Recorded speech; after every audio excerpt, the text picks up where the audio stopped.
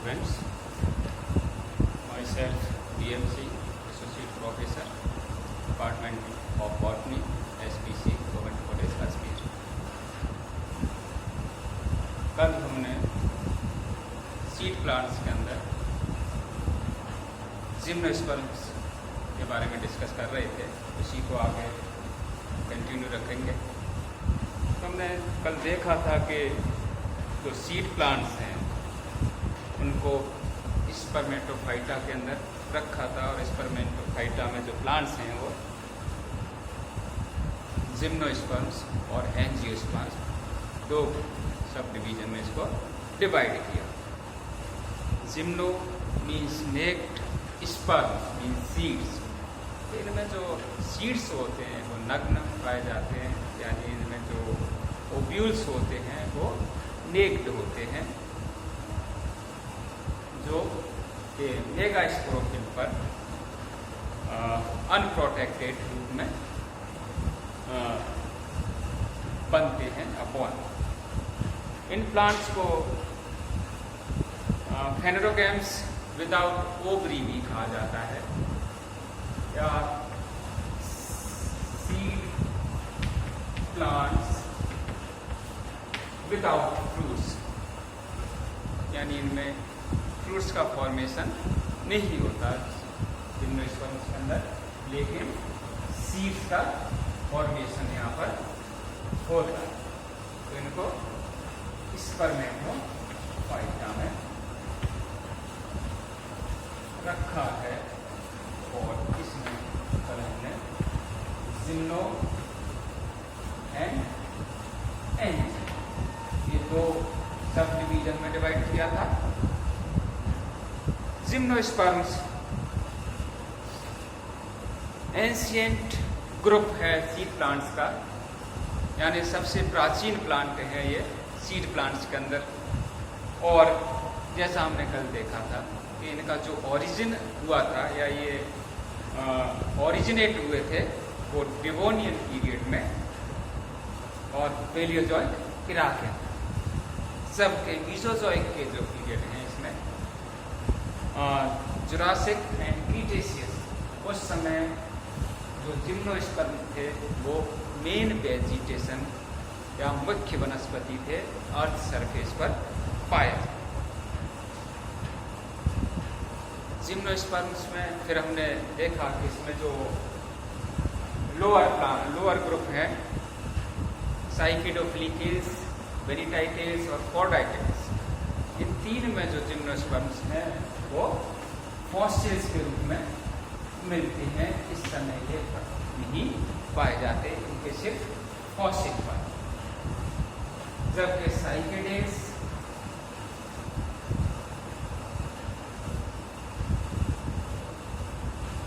इंगोइल्स, coniferous और नीटेस जो order हैं, इसमें हमने लिविंग प्लांट्स के रूप में ये पाए जाते हैं, इनका ऑर्डर्स के जो पौधे हैं। और इसमें 725 स्पीसीज पाई जाती हैं इन प्लांट्स की, जिसमें 70 जीनस इस समय पृथ्वी पर लगभग इनकी लिविंग फॉर्म में पाए जाते। डिस्ट्रीब्यूशन ट्रॉपिकल एंड टेम्परेट दोनों ही क्षेत्र में ये पाए जाते हैं, ट्रॉपिकल एंड टेम्परेट दोनों जो एरिया है उस तरह के आवास में ये पाए जाते हैं। कुछ जाति या स्पीसीज आर्कटिक एरियाज में भी पाई जाती हैं। वर्ल्ड वाइड है डिस्ट्रीब्यूशन में, पूरे विश्व में ये पाए जाते हैं। तो ये जनरल के आवास किस तरह की कंडीशंस में पाए जाते हैं, तो कितनी स्पीसीज की पाई जाती है। नेक्स्ट इनके जो जनरल कैरेक्टर्स हैं, सामान्य लक्षण जिम्नोस्पर्म्स में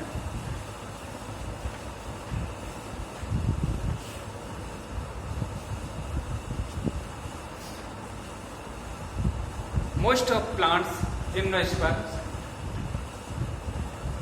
evergreen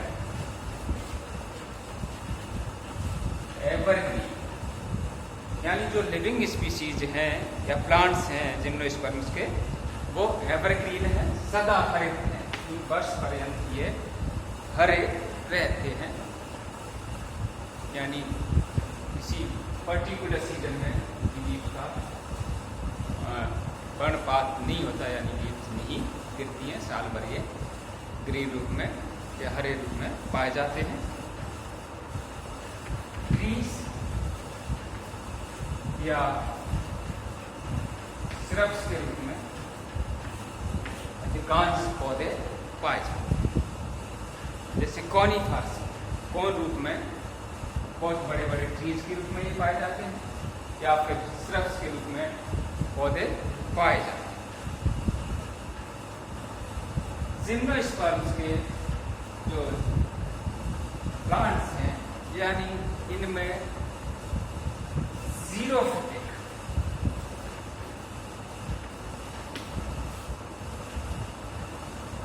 adaptation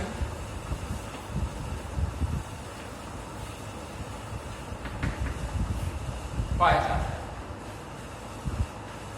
xerophytic adaptation means मरुस्थलीय जो पादप होते हैं उनके जो लक्षण हैं, अडाप्टेशन है, स्टोमेटा वगैरह, या फिर लीफ, स्टोमेटा, सनकन टाइप, लीफ जैसे अपन पाइनस में देखते हैं नीडल शेप्ड में होती है, एफिड्रा जिसमें स्केली लीव्स पाई जाती हैं, साइकस में स्टोमेटा अंदर की तरफ धसे हुए होते हैं। तो तीन अपने सिलेबस में साइकस, पाइनस एंड एफिड्रा। तो इनमें जब अपन देखते हैं तो तीनों में ही जीरोफिटिक अडाप्टेशन या लक्षण पाए जाते हैं। जैसे जीरोफिटिक जो मरुस्थलीय पादप हैं उनसे मिलते हुए लक्षण इनमें पाए जाते हैं। तो इनमें भी जिम्नोस्पर्म्स प्लांट्स में भी जीरोफिटिक अडाप्टेशन प्रेजेंट होता है। चाहे अपन इनके स्टेम की बात करें, जैसे अगर एफिड्रा में है तो वहाँ पर जो स्टेम है उसमें क्लोरोफिलस टिश्यू पाए जाते हैं, जो कि लीफ के रूप में काम करेगा, लीफ का जो फोटोसिंथेसिस का, क्योंकि यहाँ पर जो पत्ती हैं वो स्केल्स के रूप में पाई जाती है। पाइनस में जो लीफ है, फॉलिएज लीफ हैं, वो नीडल रूप में, यानी नीडल जैसी आकृति की पाई जाती हैं, सूच्याकार पत्तियाँ पाई जाती हैं। अब ट्रीज बहुत बड़े बड़े लंबे, लगभग 112 मीटर, जो सबसे बड़ा पौधा है सिकोया सेम्परवाइडेंस।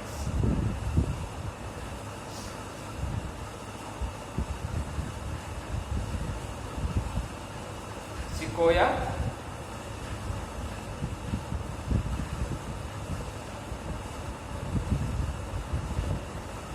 सेम्परवाइडेंस,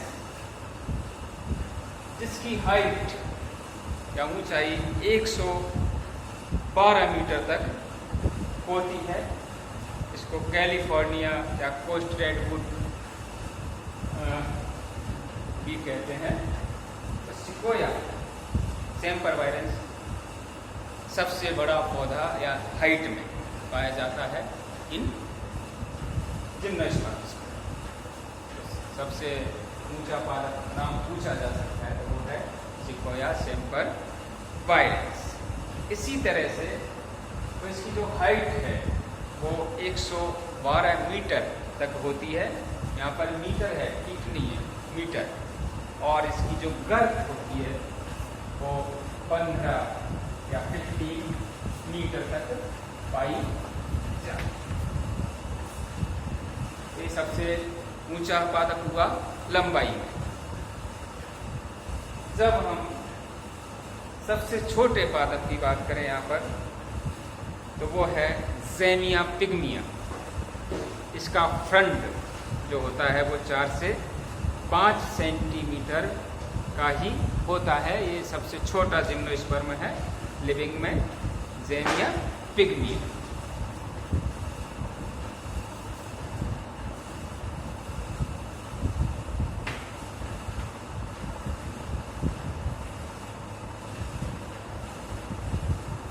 ये 4 to 5 सेंटीमीटर का होता है इसका जो फ्रंट होता है। तो ये सबसे छोटा जिम्नोस्पर्म और ये सबसे बड़ा हाइट में, ऊंचाई में सबसे बड़ा जिम्नोस्पर्म होता है। तो ये एवरग्रीन होते हैं, ट्रीज या श्रब्स में पाए जाते हैं और इनमें जीरोफिटिक अडॉप्टेशन पाया जाता है प्लांट्स के अंदर। ये थी आउटर मॉर्फोलॉजी। अब पादप शरीर की बात करें, प्लांट बॉडी, तो प्लांट बॉडी जो होती है, पादप शरीर होता है, वो 3 भागों में विकसित होता है।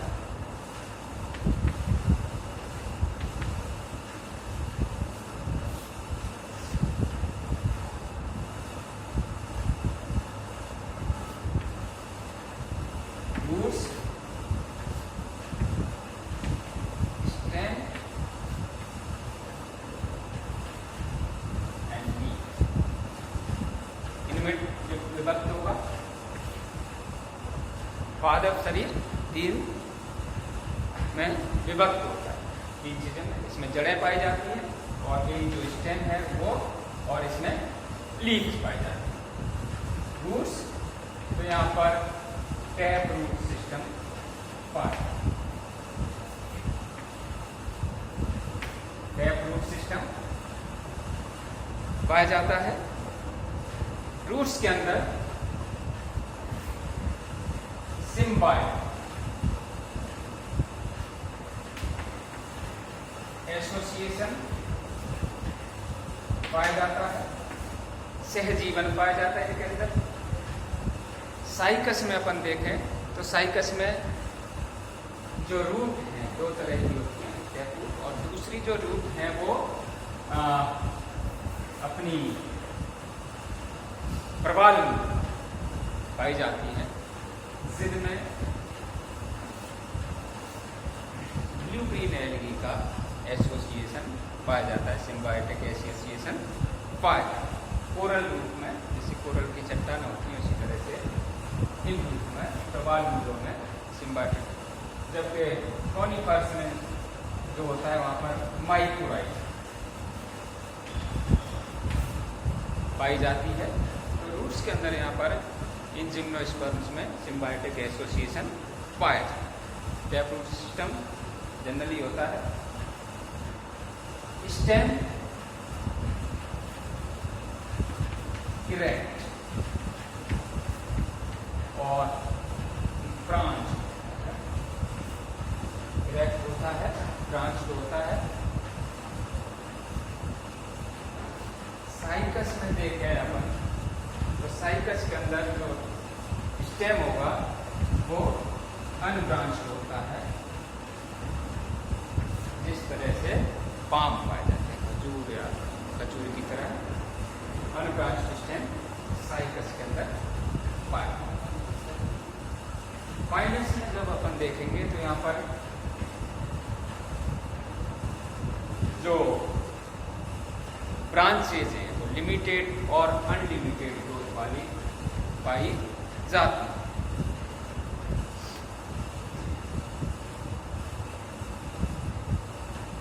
स्टेम जनरली यूडी होता है, काष्ठीय होता है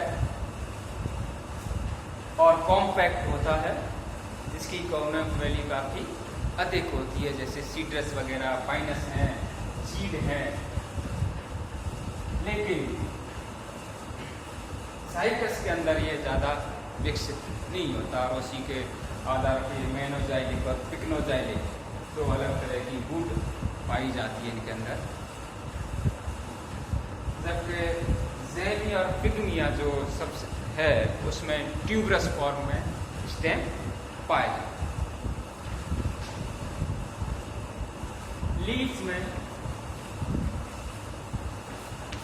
जो है, तो इसमें जो मुख्य चीज है, लीफ जब स्टेम पर लगी रहती है तो यहाँ पर स्कार्स पाए जाते हैं, यानी छाप छोड़ जाती है जब लीफ अटैच होती है। और जब ये प्लांट से अलग होती है तो उस समय इस तरह से अटैच है और यहाँ पर ये लीफ स्कार्स प्रेजेंट होती है।